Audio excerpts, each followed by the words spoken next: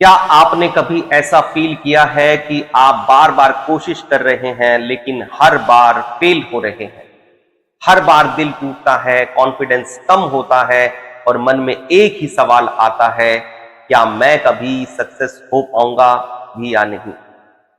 क्या आपको लगता है कि शायद सक्सेस आपके लिए बनी ही नहीं है? क्या हर असफलता के बाद आपका कॉन्फिडेंस थोड़ा और टूट जाता है? अगर आपके मन में भी ऐसे सवाल आते हैं तो इस वीडियो को आखिर तक जरूर देखिए, क्योंकि आज हम बात करेंगे बार बार फेलियर के बाद सक्सेस कैसे मिले, माइंडसेट कैसे बदलें और ऐसी कौन सी सोच है जो साधारण लोगों को भी असाधारण सफलता तक पहुंचा देती है। तो इस वीडियो में मैं आपको सिर्फ मोटिवेशन नहीं दूंगा, बल्कि real life success stories, practical mindset shifts और ऐसे लेसन्स बताऊंगा जो शायद आपकी अगली कोशिश को आपकी सबसे बड़ी जीत बना दें। तो आइए शुरुआत करते हैं। तो आज मैं आपको ये नहीं बताने वाला हूं कि सक्सेस आसान होती है, मैं आपको ये बताने वाला हूं कि फेलियर नेचुरल है और जो लोग बार बार गिरकर भी उठते रहते हैं वही आखिर में जीतते हैं। आज दुनिया में जितने भी लोग सक्सेसफुल हैं उनमें से ऑलमोस्ट हर किसी ने फेलियर फेस किया है। डिफरेंस बस इतना है कि कुछ लोग पहले फेल होने पर रुक जाते हैं और कुछ लोग उसी फेल को सीख बनाकर आगे बढ़ते रहते हैं। एक सिंपल लाइन याद रखिए, failure is not the opposite of success, it is part of success.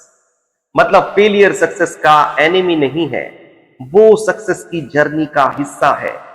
तो चलिए आपको एक रियल स्टोरी सुनाता हूं जेके राउलिंग की। आज दुनिया उन्हें हैरी पॉटर की क्रिएटर के रूप में जानती है, लेकिन क्या आपको पता है कि उनकी लाइफ में बहुत स्ट्रगल थी। उनके पास रिजेक्शन था, फाइनेंशियल प्रॉब्लम्स थी, इमोशनल पेन था। उनकी मैन्युस्क्रिप्ट को कई पब्लिशर्स ने रिजेक्ट किया, लेकिन उन्होंने राइटिंग नहीं छोड़ी। उन्होंने खुद पर डाउट करना बंद नहीं किया, उन्होंने बस राइटिंग जारी रखी। और फिर एक दिन वही स्टोरी पूरी दुनिया की फेवरेट बन गई।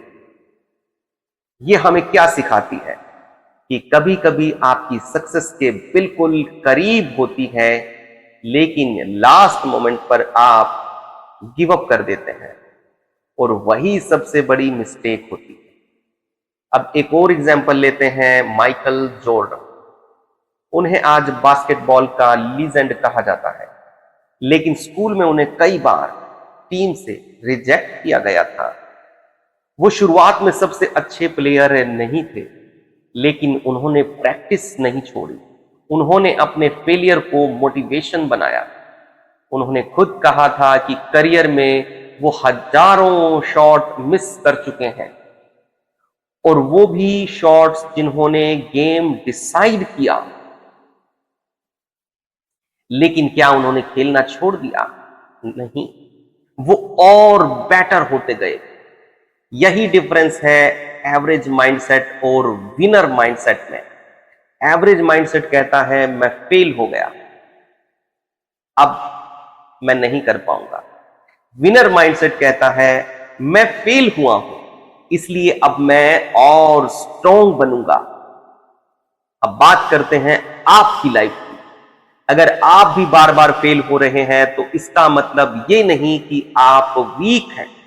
इसका मतलब ये भी हो सकता है कि आप सही रास्ते पर हैं, लेकिन अभी लर्निंग फेज में हैं।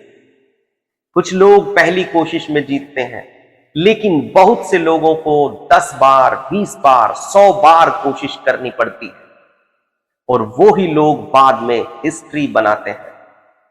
तो फिर सक्सेस पाने के लिए आपको क्या करना चाहिए? नंबर 1, फेलियर को पर्सनल मत लीजिए। आप फेल हुए हैं इसका मतलब ये नहीं है कि आप फेल हैं। एक रिजल्ट आपकी आइडेंटिटी डिफाइन नहीं करता। आपका प्रेजेंट सेटबैक आपकी फाइनल स्टोरी नहीं है। नंबर 2, हर फेलियर से एक लेसन निकालिए। हर बार पूछिए मैंने क्या सीखा, कहां गलती हुई, अगली बार क्या इंप्रूव करना है। जब आप सीखने लगते हैं तब फेलियर आपकी टीचर बन जाती है। नंबर 3, कंसिस्टेंसी को हैबिट बनाइए। सक्सेस वन डे गेम नहीं है, ये डेली एफर्ट का रिजल्ट है। छोटे छोटे स्टेप्स, रोज की मेहनत को रिपीट करना, यही फॉर्मूला है। नंबर 4, लोगों की नॉइज से दूर रहिए।